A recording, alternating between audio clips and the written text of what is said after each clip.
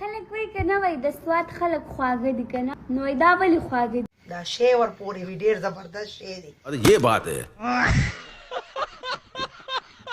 قامت است ته معلومه چې مدي په سیمه دوه ویډیو راکړې وي پای کې ما د سافټویر اپډیټ کړی دی خو نن ول ګرمه مساله ورکوم शाबाश बेटा السلام علیکم مینوال زنه ځنګل ته راغلی ماته یو کس شیر راوښته و ګولاله خپنه شي هغه دا ځنګل نه دی هغه ستا خپل مس کې چې کم ځنګل دی هغه ته شیر دروښتي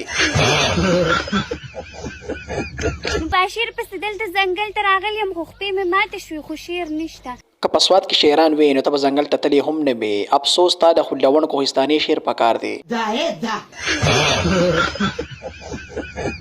تاسو د سواتیانو په پروت کې څه خوښي دا خو راته پته نشته خو تاسو د سواتیانو په پروټو کې تنکای مولای تور باتینګن تک سری گازری او شنه بادرنګ کنه نو موږ سواتیان په پروت کې چې دین کباب خورو یره کوم زما ذهن په دې کار نه کیږي دا کم کباب یادې چې داسې چکه چکه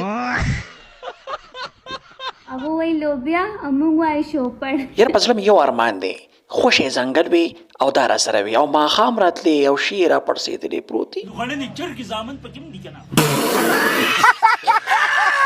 ما ته خو د یوټیوب نه هم پیسې راځي د ټیک ټاک نه هم پیسې قامه د سواد خربوزې د پخوانه مشهوري وي اوس کوله په سواد کې میک اپ سنټر دی هر خربوزه د یوې بلې نه زیاته خوږوي कहना क्या चाह रहे हैं भाई आप اندواني دي دا تربوزونه دي تربوزونه سواتیانو وایه کنه د زړه سره